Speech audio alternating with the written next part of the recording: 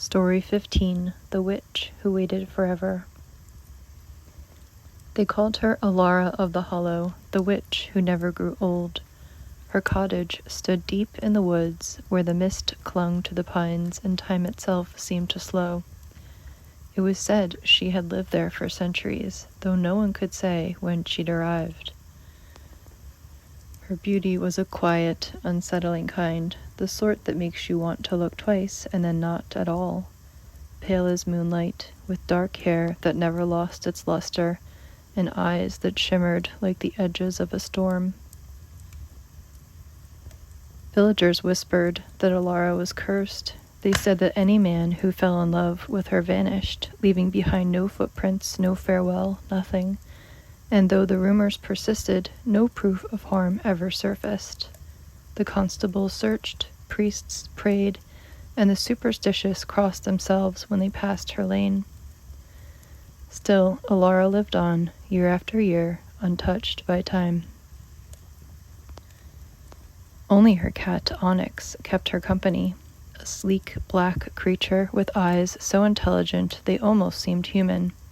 He followed her through the forest trails, leapt gracefully onto her work table as she mixed potions, and purred softly when she read aloud from her mother's old spell book. For in truth, Alara was not cursed, she was waiting. The spell that had preserved her beauty and bound her to immortality came with a cost. To end her loneliness, she needed to craft a companion, a lover not born, but made. Her mother had begun the same work long ago, but had died before completing it. Now Alara carried the legacy forward. Every few decades, when the stars aligned as they had on the night of her birth, she would try again. The ingredients were almost impossible to find. Moonlit dew gathered on New Year's night, ashes from a yew tree struck by lightning, and a drop of blood freely given from one who loved her. That was where the men came in. She never meant them harm. Each one came willingly, drawn to her beauty, her sorrow, the strange peace of her world. She warned them always, do not fall in love with me, but of course they did. And when they whispered their devotion beneath the full moon, the magic took what it needed, a single drop of love, pure and unguarded, and then they were gone, returned to the wind, the forest, the quiet earth, not dead, not lost, simply elsewhere. Each drop brought her closer to completing the spell, each attempt built upon the last.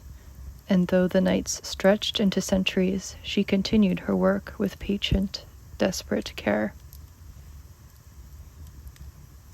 Sometimes, when the firelight caught her face just right, she almost looked hopeful. One autumn evening, as the harvest moon rose red over the woods, Onyx sat beside her, tail curled neatly over his paws. Alana opened her mother's book once more and whispered the final words she had never dared to speak. The candles flickered, the air trembled, and for the first time in 1,000 years, Alana's eyes filled with tears. Some say that night, 2 shadows were seen moving through the windows of her cottage, one tall and unfamiliar, the other wrapped in familiar grace. Others say she was never seen again. But in the deepest part of the forest, when the fog rolls in and the moon burns pale, you might see her house still glowing through the trees.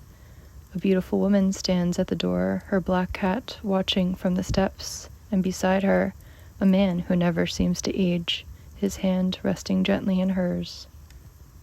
And together they wait.